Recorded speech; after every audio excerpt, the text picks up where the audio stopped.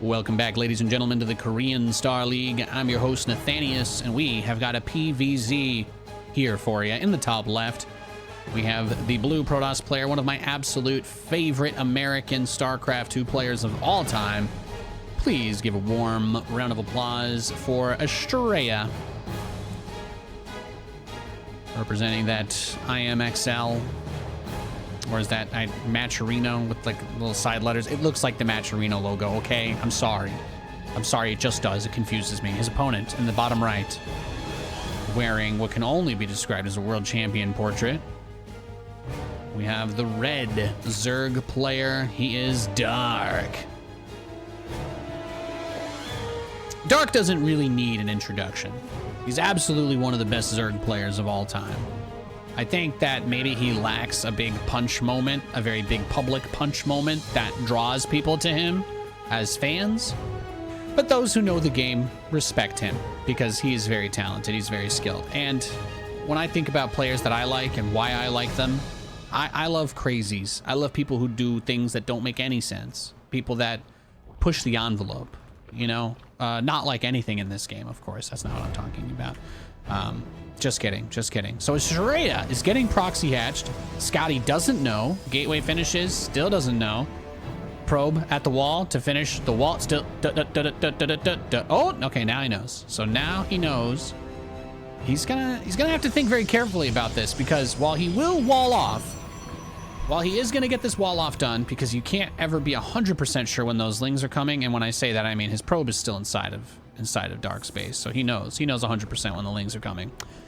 You still are always nervous about this, and that's why, even though the cybernetics core would be like one of the worst things ever to lose, you still have to build it at the front here because you need your wall. You need to keep the Zerg out and then get wherever it is that you're trying to go to deal with it.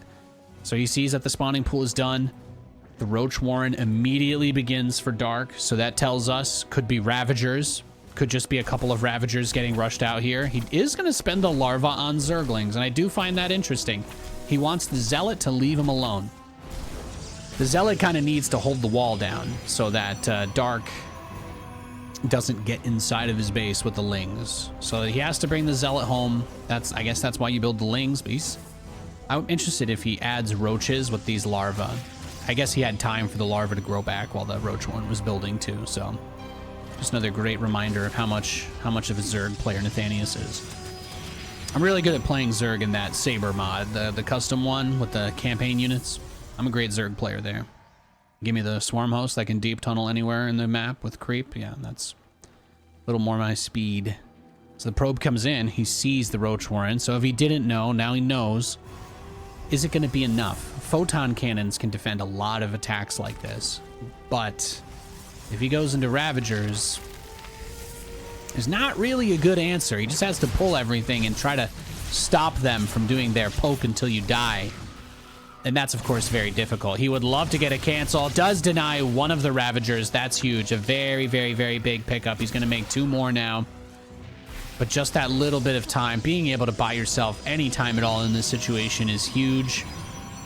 And in doing so, he's going to be able to get a couple more pylons up to reinforce the wall, realizing that one set of biles on this pylon would completely take away his defensive capabilities. He's relying on the shield battery to stop the Ravagers from getting close enough to try and bile down the wall. But eventually it's going to start to rain. Yeah, he's going to start putting them in between. He's going to try and have it hit that cyber core, because killing that is huge. Now he's got the speed links. He was trying to keep Astrea out of his base, and Astrea retreats back into his wall and he just taps out. Okay. Okay, so Astrea with the dominant game 1 hold. Looking good, looking absolutely fine. And we're going to get into game 2 real quick.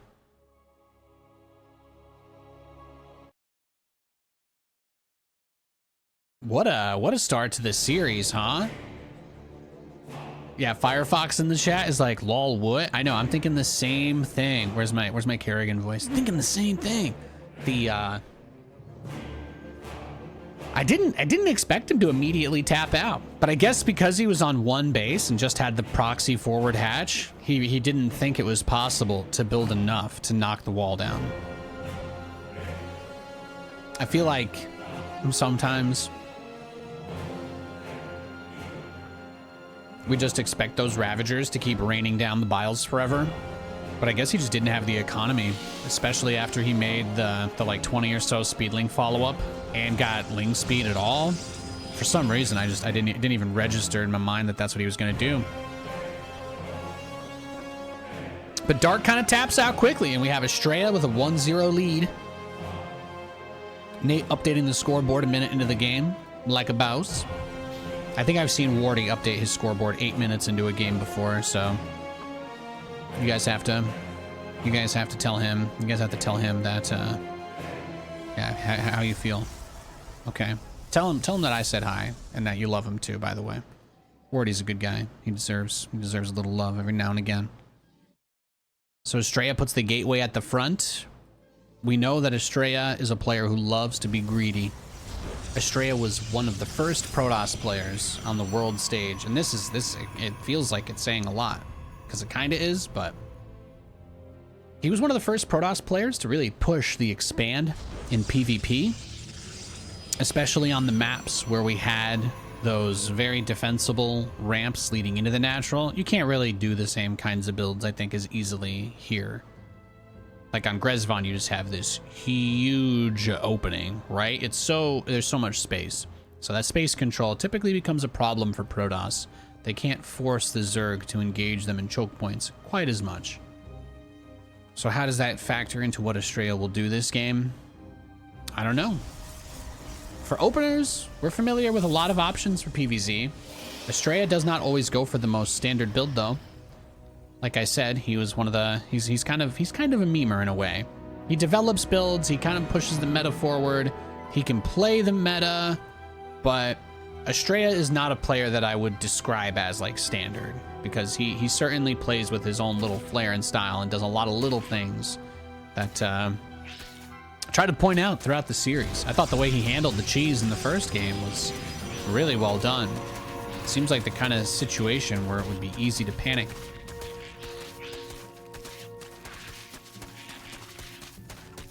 Look at that pylon. Canceled it still too. Gets the 75 minerals back. Just delays the hatch. Just delay that hatch as much as possible. And now into a Stargate for Astrea. My favorite thing about Stargate openers in PvZ, some people will go with like one Phoenix or one Oracle into the other. Right? You see one Phoenix, one Oracle, or one Oracle, one Phoenix. Plenty of people do that. You get an Oracle to harass and kind of scout, and then you get a Phoenix to fly around, and then eventually just turn around and come home. It's not that big a deal. One Phoenix doesn't do too much. Maybe a little Overlord hunting. Sometimes it's a safety Void Ray. But some players go for multiple Oracle as well, which has been popularized over the years by quite a few players. There was, I think, one end of year run we had where, I don't know if it was Stats kind of popularized the 3 Oracle opening, but Hero was big on it as well, and we're seeing that out of Astrea now too. So the downside of sending the Oracle directly across the map, the third base can get shut down by Speedlings. Dark, he was ready for it. Not only does he hold on, but the Oracle takes all of its shields away, does not manage to get any kills, and he gets the cancel on Astrea's third. So in that world, you almost wish that you just had left the Oracle at home, because if it kills the Lings and protects your third base and you're able to get the Nexus up, then things aren't so bad. But this is what I mean, is Dark is kind of a scrappy guy, so he says, you're going to try and hold me back, you're going to try and limit my economy. I'm not really worried about that. I'm still going to be able to deal damage to you, and then you're going to have to play on the defensive. Now, this game is still interesting because we have 2 Oracles, like we talked about, and a third is on the way. One of these Oracles, very low, 16 health. Gets 6 drones, though. 6 drones for all the health and energy of the Oracles. I don't know. Neither of these units will ever have 100 hit points again. So it's hard to say that it was a good trade if the Oracles stay alive somehow for the rest of the game and do scouting and revelation and stasis. Then I think it's a very good trade. But if these Oracles die in the next 2 to 3 minutes, I will be mildly disappointed in you, Astrea. Not because I hate you, because I love you. Astrea gang for life. I'm not biased at all. Absolutely not. Everybody knows that. Dark's Queens get a good defense. Notice he's got the extractors, but he waited until he had mineral saturation before he actually took the gas. He wants to keep that economy ramping up. He's got 11 drones finishing and +1 melee with his lair finishing in about 15 seconds. So for Dark, he's gotten through the phase of the game where he defends, build up the economy, and what we're about to see is him transition to whatever it is that he actually wants to do this game. Because Astrea, he wants to attack again at some point, but he's got a big wall off he's setting up around to protect the third base mineral line from Baneling run-bys. But what we should typically expect in this matchup is that the Zerg player will go for a quick Baneling nest and +2 once the lair is done. +2 Banelings, it's kind of like a meme. But Dark, he doesn't really follow what everybody says. Even though we know the Lings can be really good, and even though he's gonna get the upgrades for them, he's not thinking about Banelings, which I find mildly interesting, because we know that Banelings against probes are amazing. Instead, he wants his evolution chamber, his Hydra den, and an infestation pit. So maybe he just goes right to Hive, and it's like a big Ling Hydra lurker. I literally don't even. I am a prime number. I cannot even. Adepts going to the north side. The oracles that we discussed earlier are making their way back into the game. So this is the question: is can he use these without them instantly dying? If you can't use them without them instantly dying, then they are as good as dead. That's kind of my point as we circle back to this issue. 2 more oracles in the bottom though, so that's the fun part, is he didn't even stop at 3. Even the caster didn't notice. He's got 4 oracles, so he can double prong from 2 different directions at once. Some people think Poseidon's trident is really cool because it has basically 3 spears on one. And then I say, why not just have 3 single spears so that you can throw them or dual wield? But turns out Aquaman's just not that smart. Immortal kind of getting stuck behind the door, but at the same time, he's not really trying to move out yet either. The oracles give you safe agency to scout on the field, see what is happening, and trying to get stuff done, but they don't really give you any kill pressure.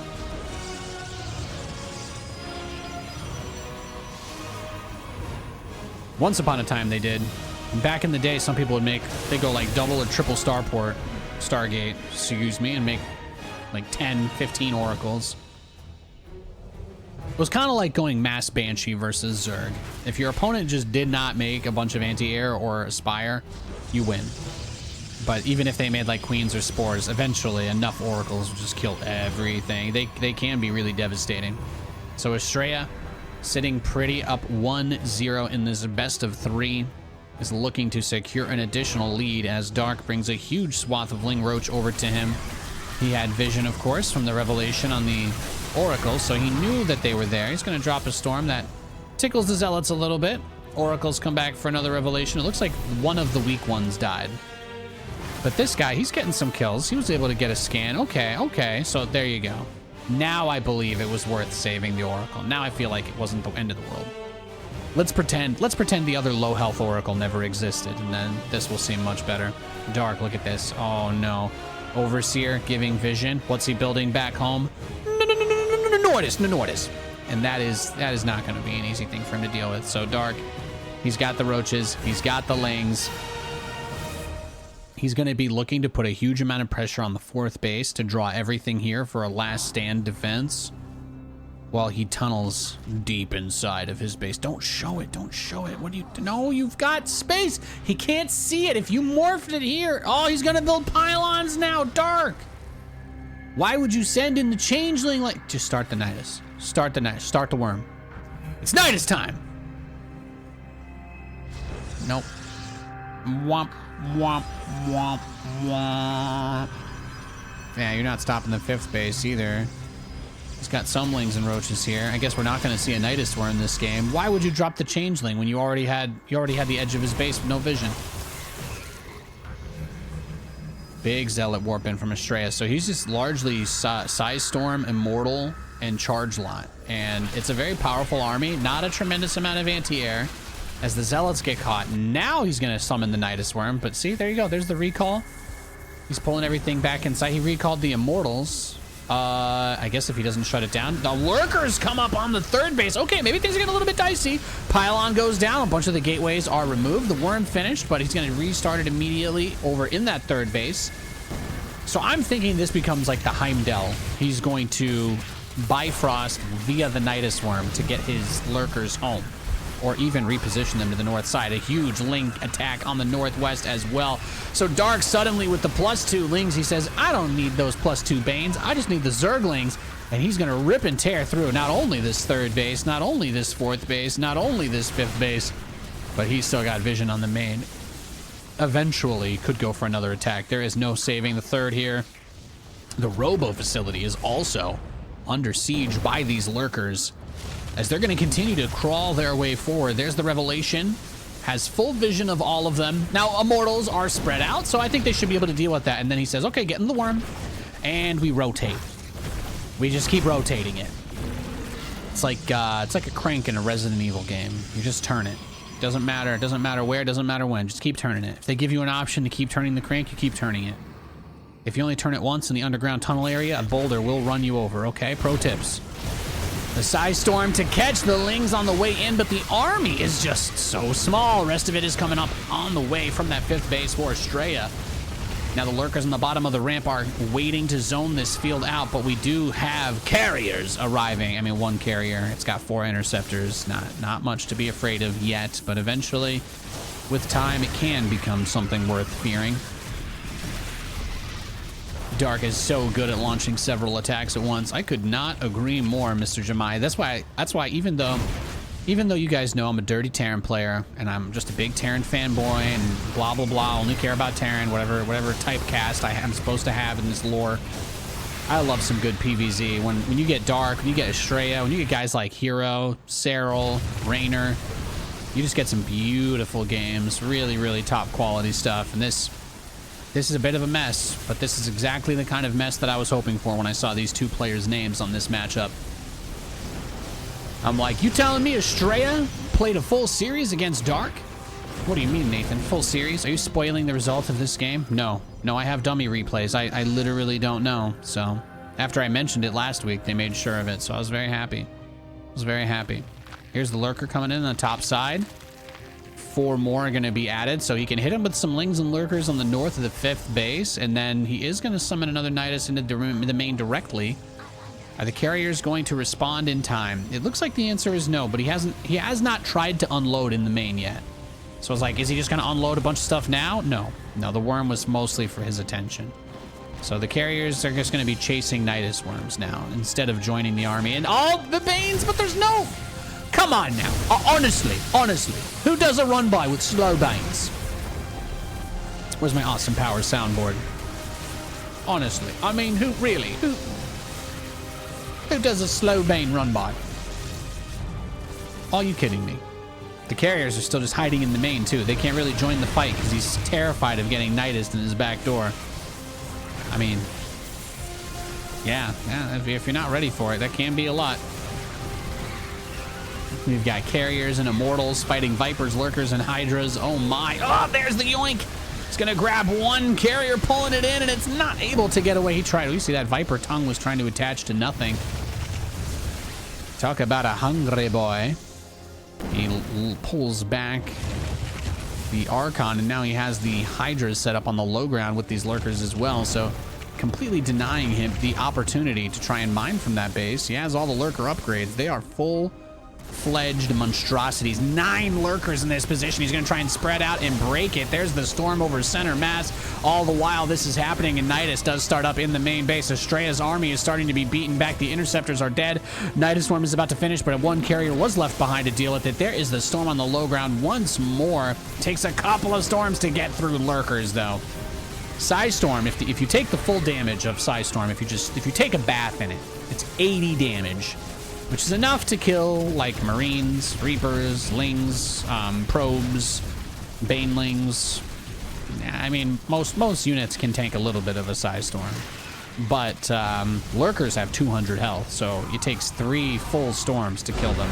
So GG is called. Dark ties things up. And when I say 3 full storms, of course, I am implying that regardless of how much of that final storm is needed to kill a unit, to kill the lurker, you still need to use that third storm in order, you know. If you just storm all the lurkers twice, they survive with like 40 health. So that's all I'm saying. That's all I'm saying. Something to be mindful of.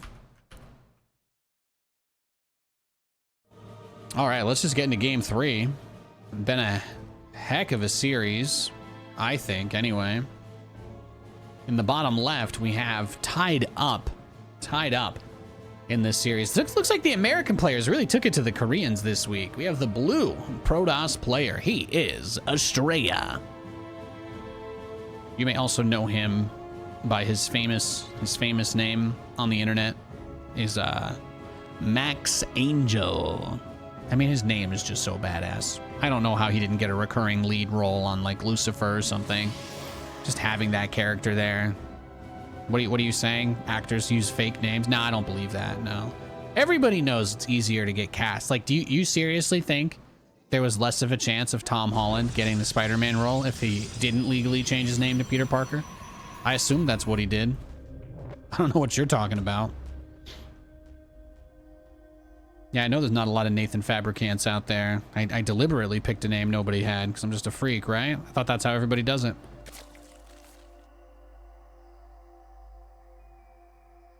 So he gets the natural block off. This is a pretty standard thing that happens if you're watching and you're like, why doesn't he just take his regular base?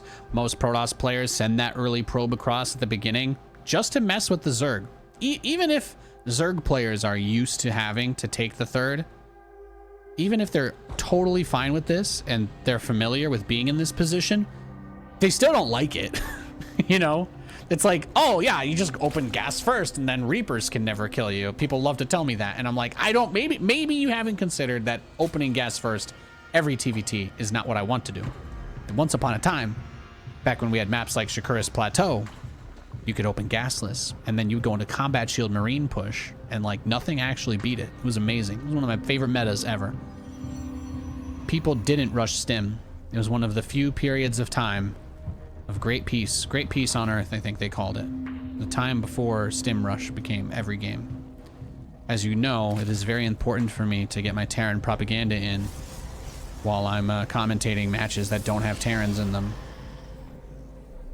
Thank you Terran Conglomerate. I hope that check clears, otherwise I'm gonna go back in time and cast this game normally like I probably should have.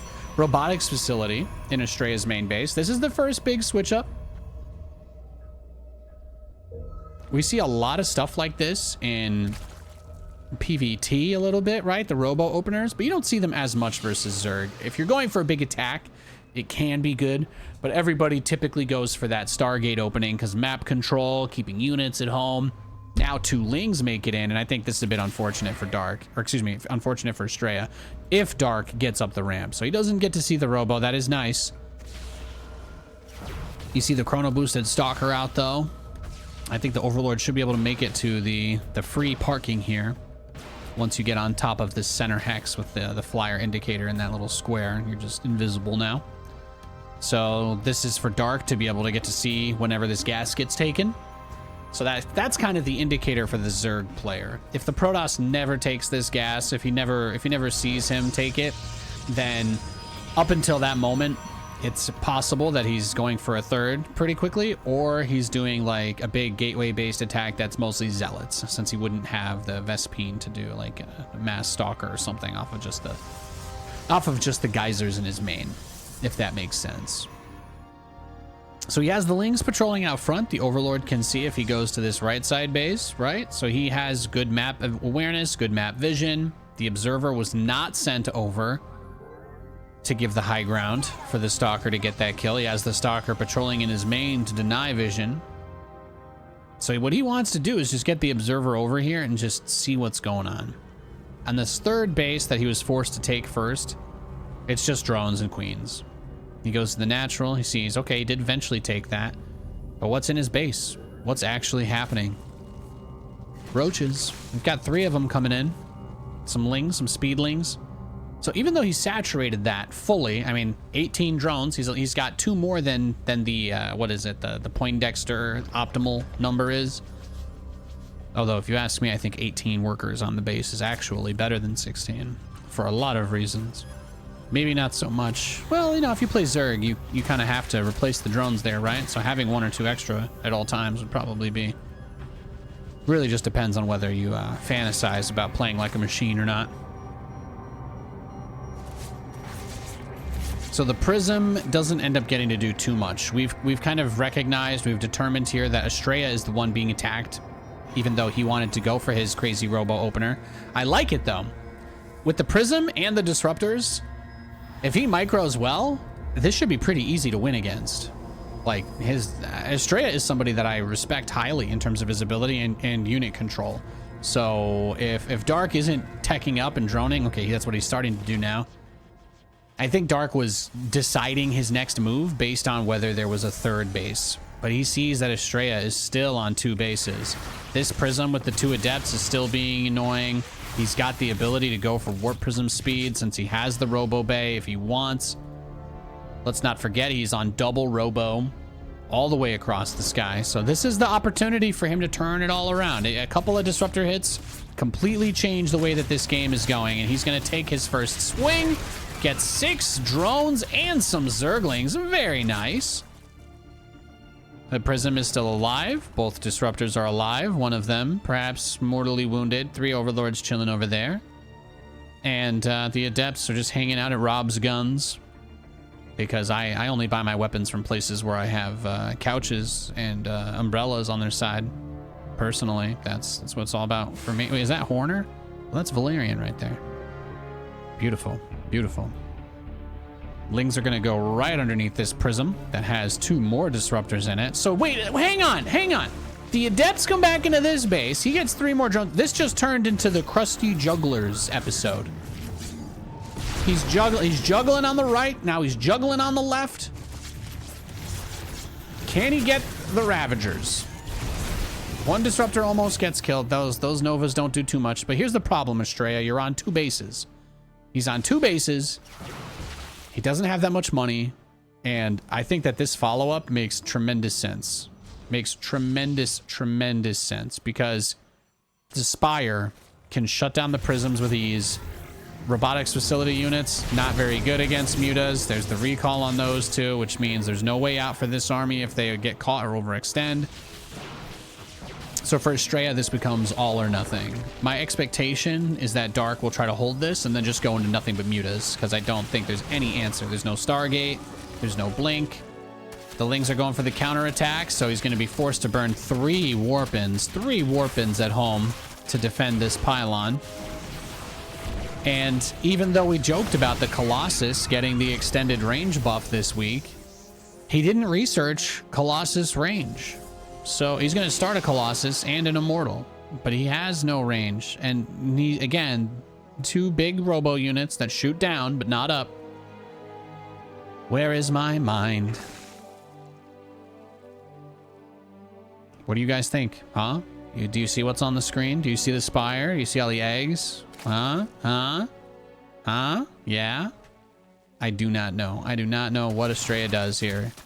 The wall is getting whacked away at. The first Muta has reared its ugly head. His army is not small, but he doesn't have the he just doesn't have the economy. I guess catching everything here from Dark, fighting him completely split up works. The Muta at the front didn't do too much. He's kind of realizing that this is like an all-in-esque army out of him. It's like an all-in-esque army. Astrea does not have a follow-up to this. He doesn't have the blink like we talked about, but maybe the issue is that there's just not enough mutas. Or does he send the mutas across or just go for the full-on base trade? I don't know. He sees that the army is just here right outside the front of his base, so the only move, I think, yeah, is he's just got to try and force a base trade.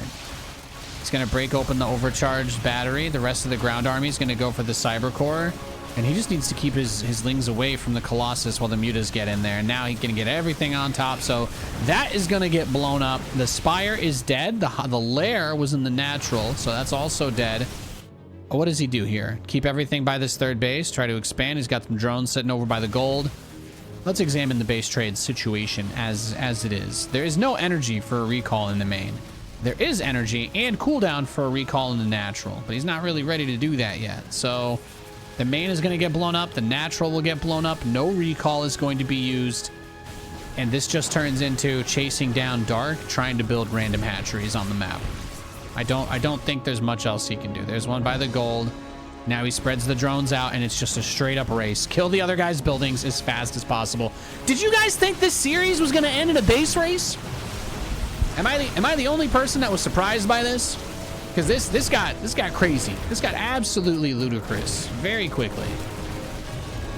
I'm just like, damn. What an absolutely ridiculous matchup. So Astrea is being revealed.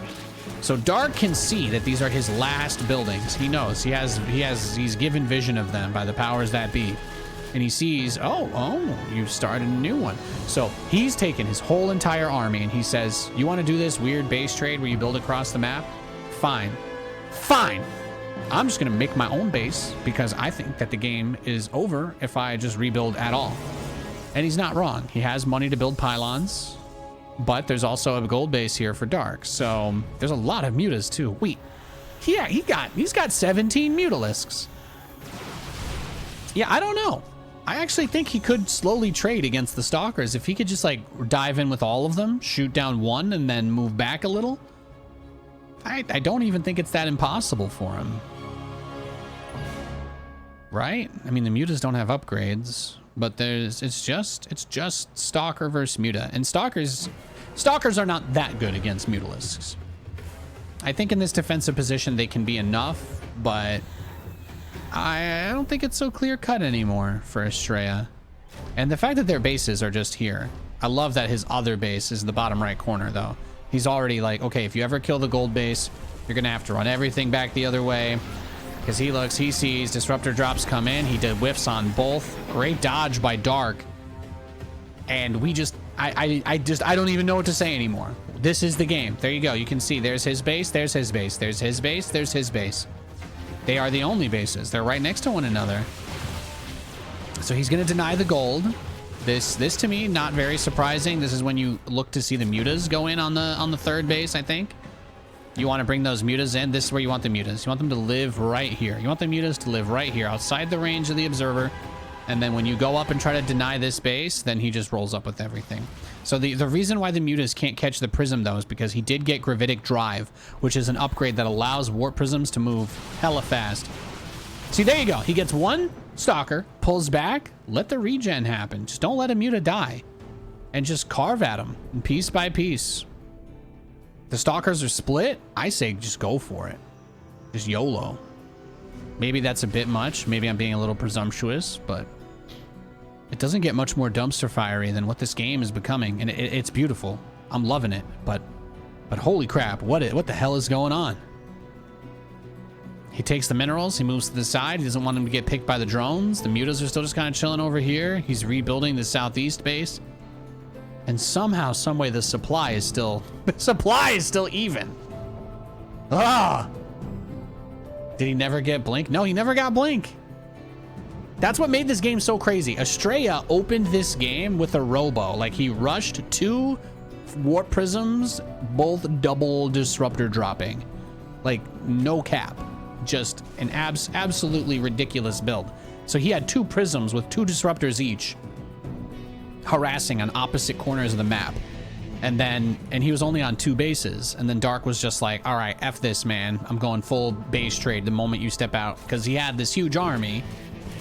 He has this huge army with no upgrades.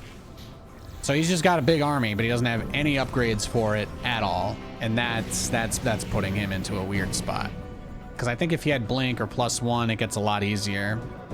But it's pretty much just turned into, oh, does he catch him here? Does he catch him here? Dun, dun, dun, dun. Warp prism dies. No more disruptors or French fries. Beautiful. I had to change the lyrics so the YouTube police don't break down my door. I'm sure you guys understand. So Lings are going to counterattack now that he made the mistake of leaving his base for 3 seconds. The stalkers are all back there, and he gets a light nibbling on the Colossus. The Immortals get caught, however, by the Ling Roach. That's very nice. Because he's splitting opposite ends of the map. I love. He's just. I don't. I'm gonna need a break after this match. I'm gonna need a second to catch my breath because I didn't think that the two matches we were gonna start today with would turn into crazy bangers. I'm like, oh, American versus Korean. This should be a fun 2-0 to warm up my pipes. Nope. Nope, now I'm over here. Now I'm over here trying to get a handsome bald man to come fix them for me because I'm losing it, man. Gonna lose my voice just freaking out over this endless base trade of a match. So Dark, every time that he gets a little bit of money, Astrea is trying to move out and deny that income. And then every time that Astrea tries to move out and deny that income, as long as he thinks that he's chasing the mutas, he sends everything back around towards the other base. But here's the problem. He already used his recall now. The Lings are on the Nexus. The mutas have found the Colossus. They found a Disruptor. And this is what I meant. The Stalker count on its own is actually not that high. So the fact that Dark is going to be able to start adding Lings again, the fact that he got rid of the Immortals makes the Roaches a little more relevant. I think the Roaches are all dead, though. Yeah, they all did die in that last fight, so they sang their swan song. But mutas, that's like their thing. They heal really, really quickly. They regen health much faster than all the other Zerg units. So if you don't kill them, they always come back. Poor Astrea. So he actually can't play anymore, right? Based on what I'm seeing here. He has no probes. Astrea has no probes. He does have minerals for a base. He could make a Nexus, but he can't because he's supply blocked. So he has no ability to make anything anymore. Now he is truly out of the game in that sense. All he can do is try to kill all the buildings. But I think that Dark has successfully turned this around. I think we're there. I think we're there. I don't know. He's being revealed again. The Hive Cluster is under attack again for the 5 millionth time. So Astrea's like, okay, maybe I can kill this. I got the pool. I go for this hatch. No, the mutas are like, this is nowhere near enough stalkers for us to need to be concerned. Mop them up, rack them up, head them on, move them out. Got them. That's got to be GG, right? Astrea's going to stay in it and try to hold on one more time. Are we at the part where he can just make a bunch of zealots, a bunch of lings and A-move them? I feel like we're getting there. Slowly but surely. It's 12 stalkers versus 14 mutas and 24 lings. There is one Colossus. So the Colossus is basically the only thing keeping this game from ending. Because I think if all the lings with the mutas could dive the stalkers, I think he wins. I think Dark wins that fight. But he needs his Zerglings to not fight the Colossus, because the Colossus will kill them. So this right here is where the game ends. He's gonna finally get this Colossus. He's gonna get this kill. And then just bring everything. Just bring it all. Bring the kitchen sink. Bring your wife's new boyfriend. And your dad's new boyfriend, too, while you're at it. GG, Dark takes the 2-1 in a hell of a base trade.